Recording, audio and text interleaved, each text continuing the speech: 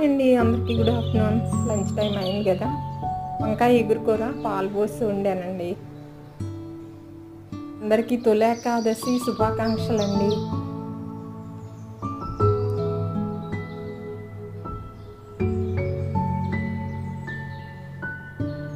సాంబార్ చేశానండి. తినండి, వంకాయ కూర సాంబారు. ఈరోజు ఆవకాయ,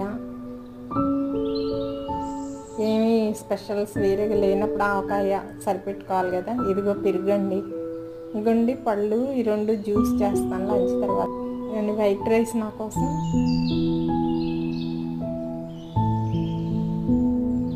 నెయ్యి అండి,